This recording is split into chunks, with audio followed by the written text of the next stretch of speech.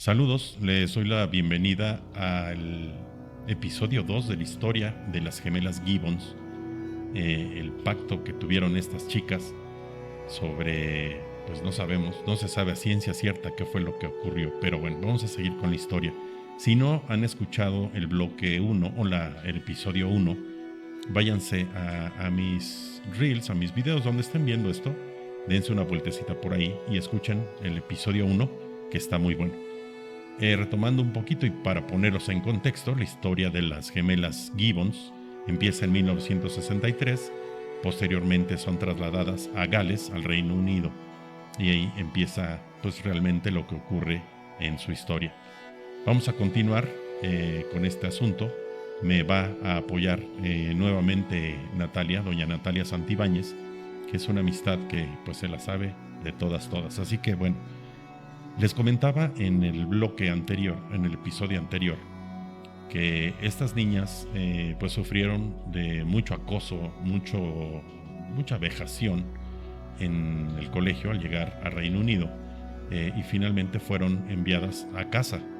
Estando en su casa, los médicos y los padres, muy preocupados de ellas, decidieron llevarlas al médico para encontrar una solución, porque empezaron a tener un comportamiento muy extraño que pues de entrada lo primero que hicieron fue dejar de hablar con la gente.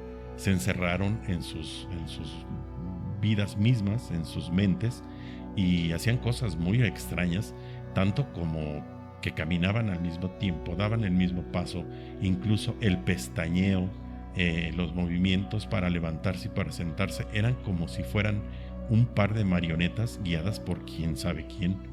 Entonces eso preocupó pues definitivamente a los padres, que a final de cuentas no pudieron controlarlas, y los médicos las diagnosticaron como pues con una enfermedad mental.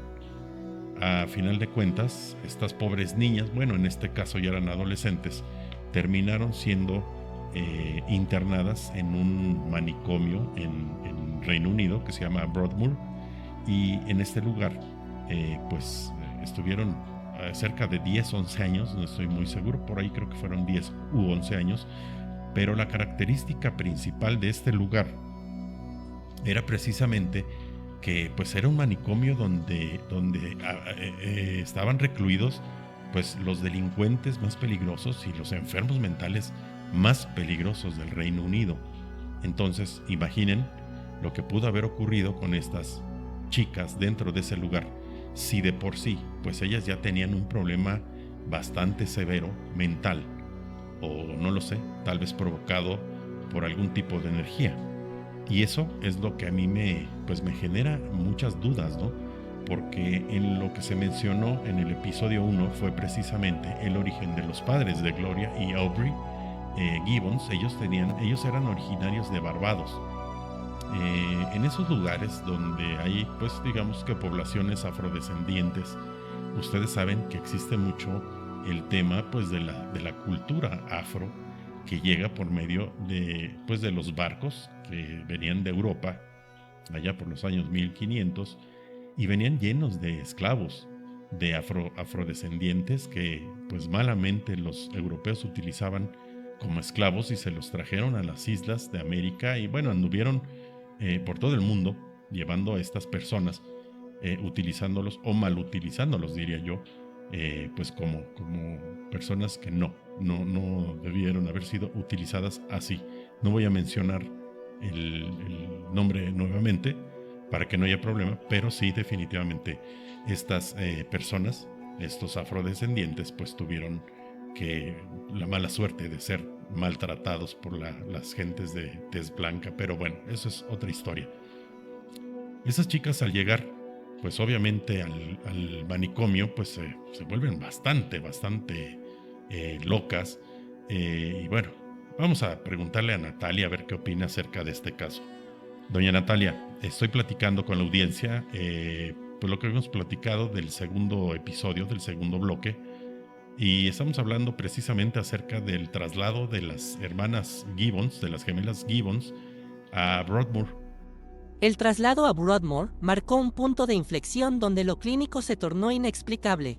Muchos estudiosos de lo oculto sugieren que al separar a Jennifer de June, se fracturó algo más que un vínculo psicológico, se perturbó un pacto de sombras. Algunos relatos señalan que, tras su ingreso, en los pasillos del hospital se percibían descensos bruscos de temperatura y una atmósfera cargada, como si la energía negativa que ellas alimentaban hubiera cobrado autonomía, manifestándose en los silencios sepulcrales que rodeaban a las gemelas incluso cuando estaban en celdas distintas. Fue un periodo donde la oscuridad parecía, literalmente, rodear sus figuras. Sí, efectivamente, eso es lo que por ahí investigué. Y lo que, si ven que me estoy moviendo mucho, es que tengo aquí abajo mi perrita. Muchos de ustedes ya la conocen y está muy espantada por la lluvia. O tal vez por la historia de las gemelas Gibbons, no lo sé. Bueno, entonces retomemos el caso.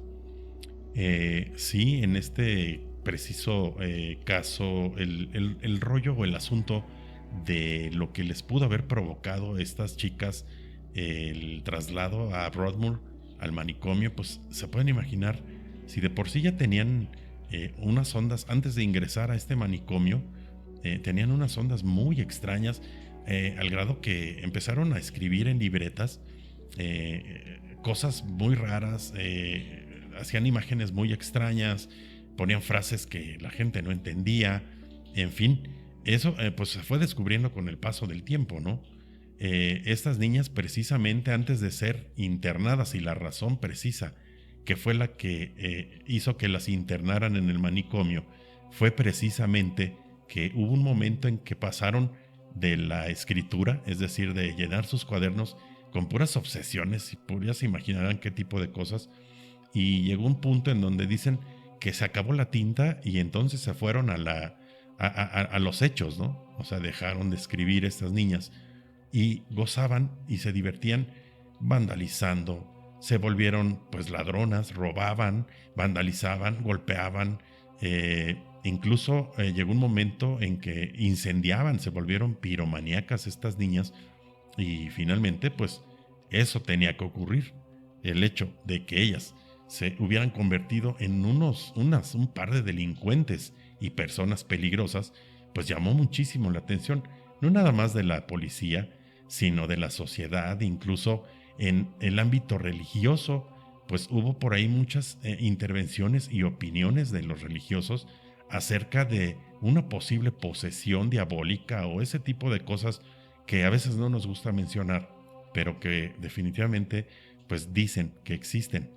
Y mucha gente que no cree en eso, yo les tengo una pregunta y a ver qué me pueden contestar.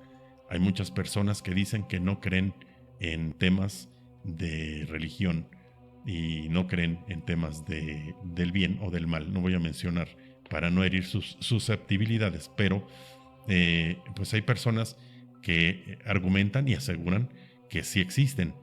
Yo puedo ser una persona que les puede dar una, pues no sé, tal vez una opinión que no lo menciono mucho, pero sí definitivamente creo que son cosas que existen. Alguna vez cuando fui niño, esto es un caso o un tema que nunca había platicado, pero se los voy a platicar brevemente. Por ahí de los 12 años, yo me acercaba mucho a la iglesia. Yo hice la primera comunión a los 10 u 11 años más o menos, y como me queda tiro de piedra la iglesia, pues yo acudía mucho, incluso después de haber hecho la primera comunión, pues iba a decir al comunismo, no, al catecismo. Acudía incluso después de haber hecho la primera comunión.